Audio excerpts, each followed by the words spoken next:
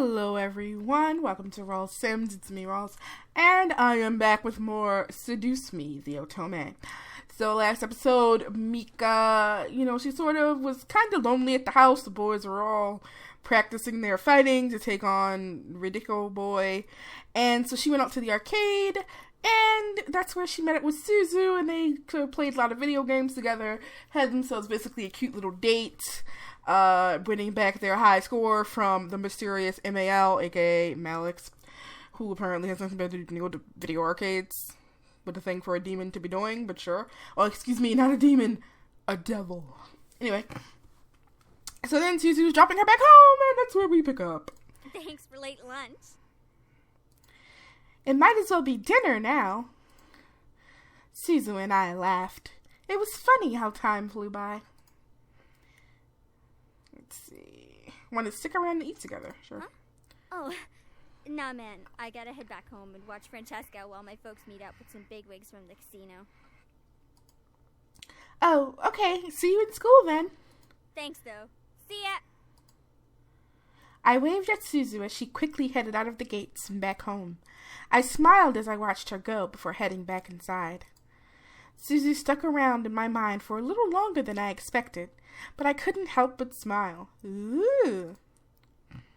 The remainder of the night passed by, surprisingly uneventful. The boys continued to train with each other, but were kind enough to stop and make me dinner. I was glad for that. Unsurprisingly, the food was perfect, but it felt a little empty without the boys to eat with me. They most likely had already eaten, but still, I felt lonely. I couldn't let it bother me. I ate and went back to my room to study and sleep. Surprisingly, I felt good going to bed that night.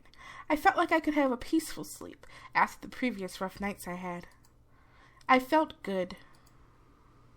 I drifted to sleep and woke up almost flawlessly that next morning. You woke up this way, flawless. Anyway, no grogginess, no aches, perfectly energized and bright-eyed. Man, how long has it been since I got that much good sleep? I looked to my alarm clock. I woke up 10 minutes before my alarm. Oh my god, I hate that. Because there's no point in trying to go back to sleep, because you'll just oversleep, but you want that extra 10 minutes. At least I do. That's just me, though. Well, hey, I must be lucky today. Apparently it is just me. She's happy about that. Weirdo. Karma owed me some luck. After all I had gone through in merely a handful of days, I deserved to get some good luck. Ecstatic for the day ahead, I turned off my alarms before they could ring and got dressed. However, my phone started to quickly buzz from an incoming text. Huh? Who's texting me this early? Yo, Anderson! You're carpooling with us from now on. We're not letting you waste your money on a bus. Get ready and be at your gate at 7 stat. 7 o'clock? Good lord. I smiled. My friends were the best. The best is what you call people wanting you to be ready at 7 o'clock in the morning? Good lord, I do not miss. Oh my god, what's happening with words today? I do not miss high school and other schools wherein you have to be there early in the morning. Anyway, I couldn't drive yet, and I didn't have a car, so it was awesome that my friends would let me carpool. I checked the time. 6:30. Perfect! I can eat some breakfast before they come. I packed my bag and carried it downstairs into the kitchen. I quickly made myself coffee and toast, not having time for anything big. I let out a soft sigh in happiness as I sipped my coffee. I felt great, and I felt like nothing could stop me today. Come at me, day. I'm ready for you. I looked at the time again. Time to go.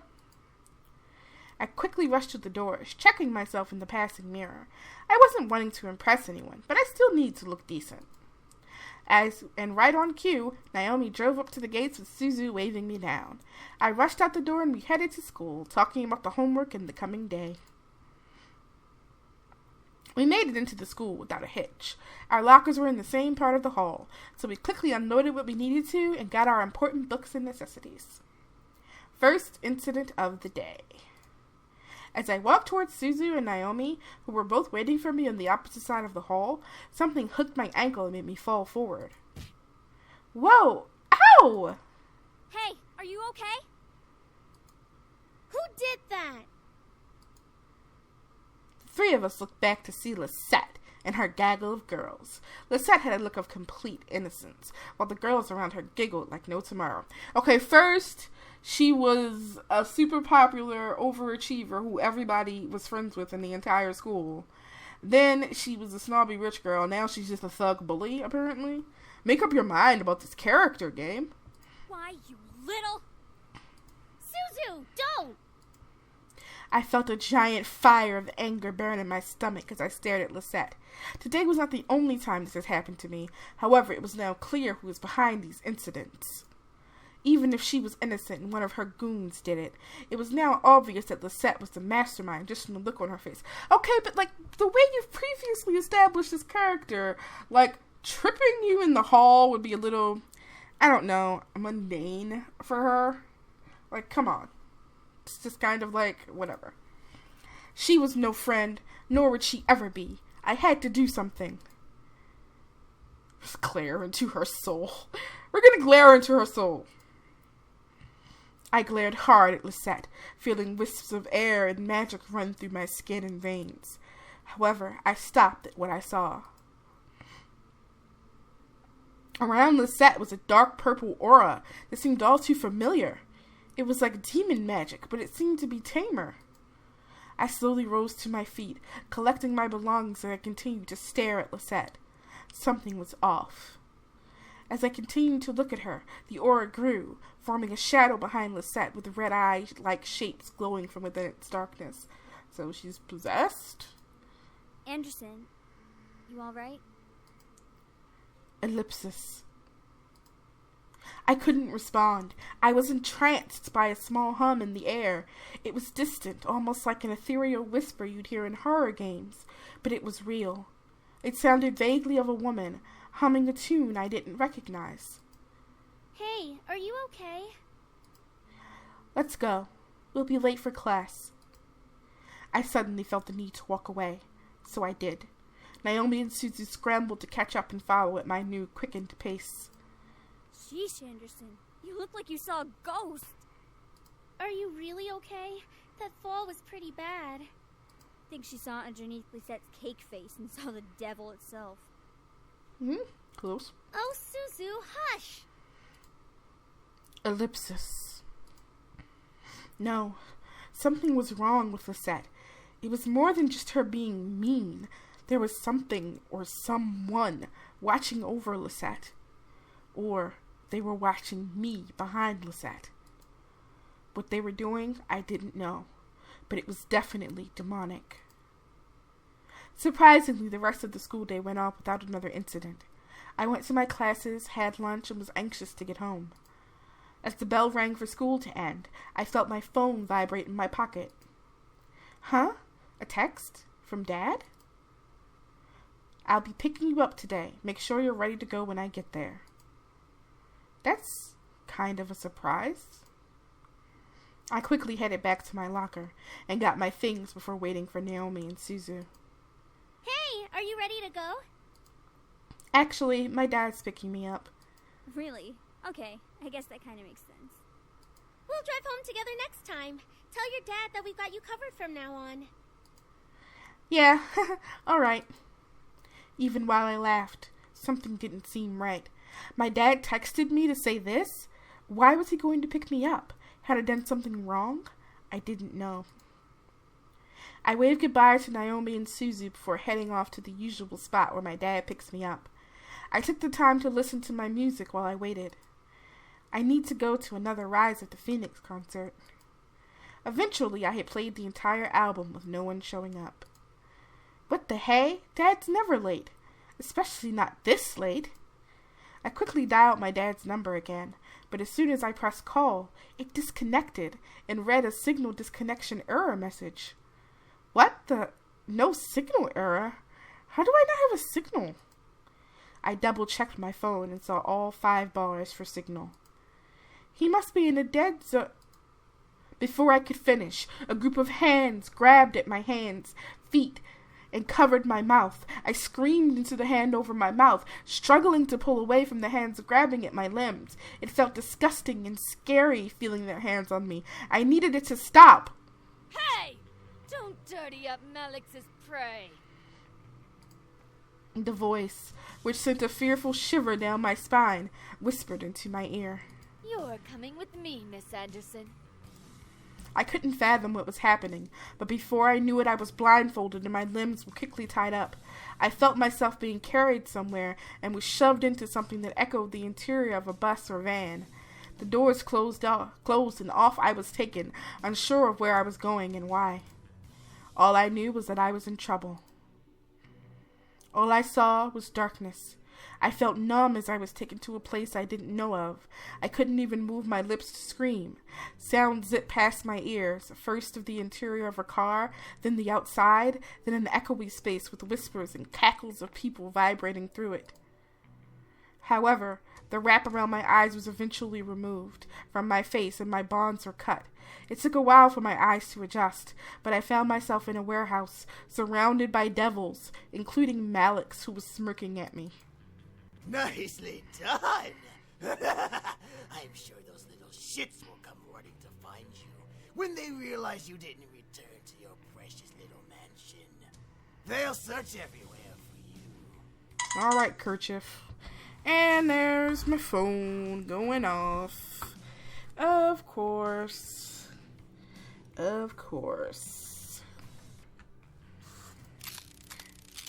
Malix walked over and set the barrel of his gun against the skin between my eyes. It'll be so funny when they find your dead body instead. We're gonna fight. Seems like a good time to do so. No way this was happening. No way I was gonna let myself be a victim of this. I gotta remember what was in that book.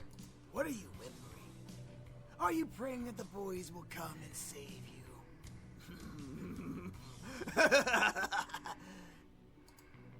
I kept grumbling, trying to remember and shut my eyes. Studying for a brief second wasn't enough to keep a spell in my mind, but I had to try something. Anything. All of a sudden, the air grew still and silent. I opened my eyes and looked around and gasped at the sight. Everything was frozen in time, as if the clocks had stopped and everything had followed suit. What the? At first, I instantly wanted to move, but my feet were glued to the ground. I guess I couldn't change time and escape from where I was, but I was still lost. What was I supposed to do? A soft wisp of wind made me turn to a floating light purple orb. I stared as it glowed, giving off a warm feeling. For some reason, this thing made me feel happy and content, despite the situation I was in. My heart felt like crying, yet I didn't know why. I like that it says Smoochie over here on the wall, by the way, and barbecue. Sugar. Hut. This is some interesting graffiti. It couldn't have been. Grandfather?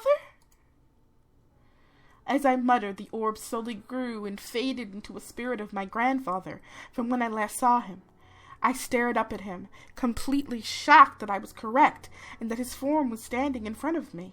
I guess it was a good idea to bring the incubi here after all. What? Is it really you? What do you mean? My grandfather smiled before patting my head gently.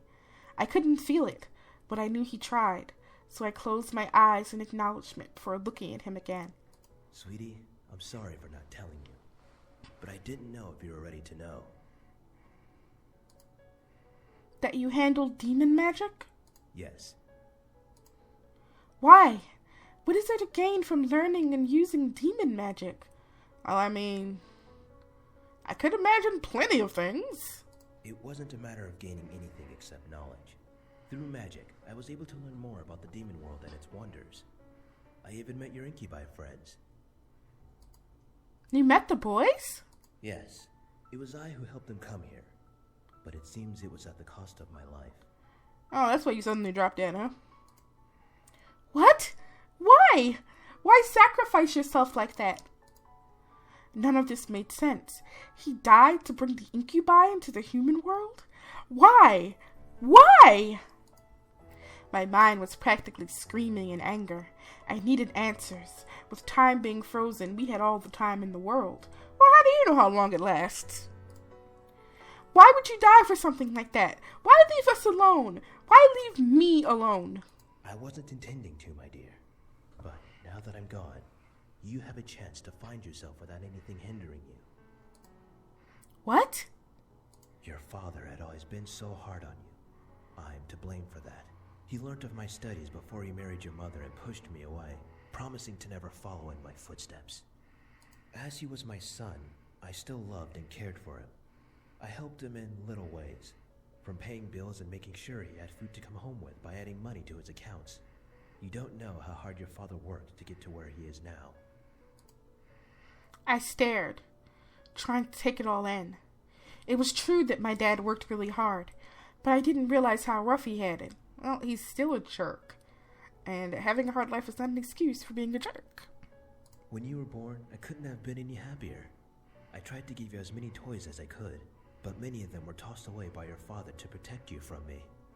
I thought I would never be able to see you, but when I found you on the street, I was blessed enough to be given a chance.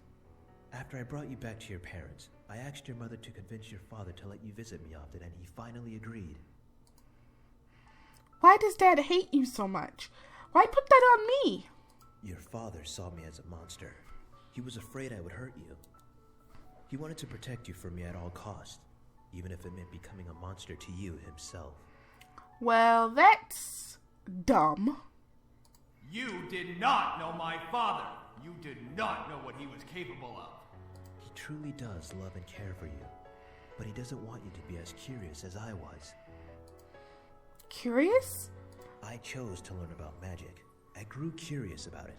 He thought that was wrong, so when I didn't give it up, he shut me out of his life. What a stubborn old man. So I did the only thing I could do. I gave everything I owned to you, including my hidden books your father never knew of. My head began to spin. There was too much information. It was all going so fast, despite time not moving a single inch. I'm just so happy that my curiosity stayed with you. So my grandfather met the incubi. It seemed so surreal. I could hardly believe it, yet here was the spirit of my grandfather telling me. It was almost like a dream. So you introduced him to the human world? That's right. I told them about the wonders of our world, and they all wanted to come to experience it. So I helped them come over and gave them everything they needed. They traveled everywhere, and I helped them as they learned more about humans. Then, I suddenly stopped breathing. I don't know why, but I believe it was because my time was up. After I died, the boys tried to come back. However, Malix attacked them instantly when they crossed his path. I used the last bit of my strength to guide them to the estate so they had a place to stay to heal. So that's why they were in the house. But they said they didn't know about the house belonging to anyone. I never told them it belonged to anyone. I merely told them to head to the estate for shelter until they could learn to live on their own. If the estate was meant for them, why give it to me? I never knew your father would move you in so quickly.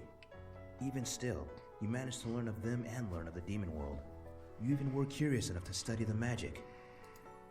Why not teach me when I visited? You were too young to understand. I was hoping that you would make the choice to learn on your own when you were ready to handle it. And you did. I'm so proud of you. What are you saying? I've barely begun reading it. I don't remember anything.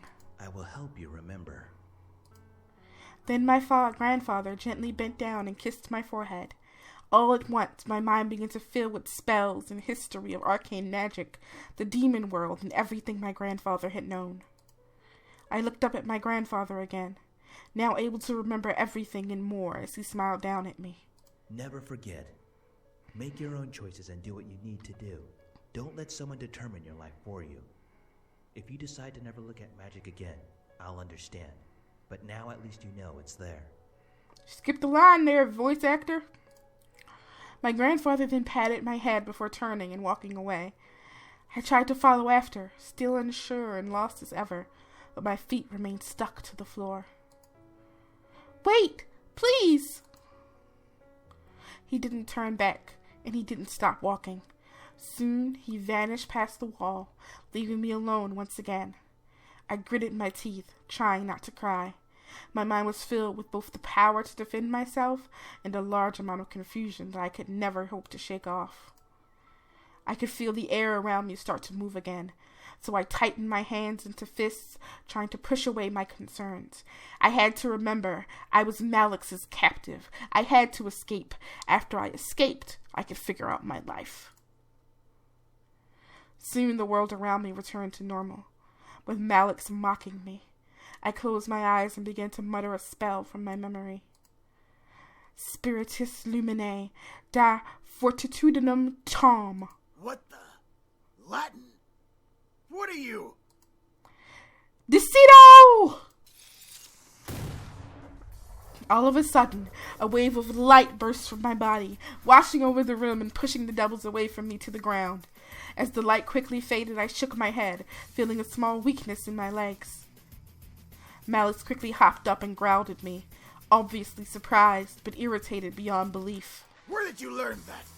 I will rip that tongue right out your mouth. Spiritus tenebrarum periculum prohibere! Come here! Malix charged at me, dropping the gun that would never hurt me to the floor and reaching for my face. However, I quickly crouched down and covered my head with my arms, while a dark magic circle appeared under my feet. Above me, a dark shield appeared, blocking Malix from touching me. How? You're just a human! A human who knows how to fight back! I pushed against the shield, forcing Malix back before standing. I wasn't some damsel in distress. I could fight for myself. I shook off the sudden appearance of numbness in my hands as I glared at Malix, challenging him once again to come at me. Malix! No! Stay out of it! I'll kill this bitch with my own two hands, one way or another! As commanded, Eris stood away from us along with the other devils. The group watching us was lost in intrigue as I stood up against their leader. Oh, you must think you're some tough shit since you know some demon magic, huh? Well, guess what, princess? Demon magic consumes energy. I could play this all day, and when you finally lose all your energy, your ass is grass. I glared, knowing that what he said was true. I couldn't hold out forever, but I definitely had the energy to last a while until someone found me, or until I could overpower Malix somehow. Malix charged at me once again, causing me to run backwards to keep some sort of distance. I could feel energy wanting to shoot out of my hands, so I pointed my palms at Malix. Light purple spikes suddenly began shooting from my hands, forcing Malix to skid back. I had terrible aim, only able to scratch the edges of his body with one or two, actually stabbing into his shoulder and leg. Malix growled, pulling them out and throwing them to the ground. Quit playing around, Malix! I lowered my hands, feeling the numbness run up through my veins to consume both of my arms. I began to pant, desperate for some relief before continuing. Malix smirked at the sight. Oh, for the love of God, please someone find me, I prayed. I hoped that I wouldn't have to keep fighting. I was becoming desperate. What made everyone in that warehouse drop our fighting faces was the screeching of police sirens coming closer to our location. Malix smirked even wider. It's time to have fun, boys! Make sure you kill them all! The devils all seemed to get excited and started to walk past us to meet with the cops, but a loud finger snap stopped them and made them turn around. Malix and I could look to see Eris with her hand in the air, post-snap. Eris? What are you doing? Enough, Malix. We've wasted enough time in this stupid town. I'm getting out of here, and I'm taking the rest with me. I didn't know whether to laugh or not. I bit my tongue as Malix got angry again. Like hell you are! Boys, do as I say, or else! None of the boys moved.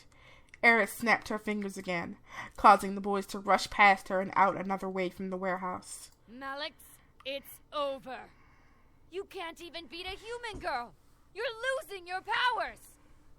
Lower devils only follow higher-ups that actually have power. Shut your mouth! Malik summoned his gun to his hand and shot multiple times at Eris, who somehow managed to teleport away from the shooting line and reappear by us. She shook her head, letting out a sigh before grabbing Malik by the neck and pulling him off of me. Malik started to choke as Eris stared coldly at him. All this for a bunch of pretty boys. You must be stupid and desperate. Eris looked to me, making me tense up. Human, I suggest heading home to your pretty boys. You don't want to get involved in a supernatural investigation. It's a pain in the ass. She then turned back to Malik's, glaring daggers into him as he glared back at her. You really think women are weak? Let me fix that, sweetie. And with that, Eris vanished into the shadows, taking Malik's with her. And we're gonna end there for today. Well, that was twisty and turny. Let me guys know what you think of these little plot machinations happening here, and leave me a like if you are so inclined, and leave me comments, all that good stuff, and I will talk to you guys in the next video that I make. Bye bye.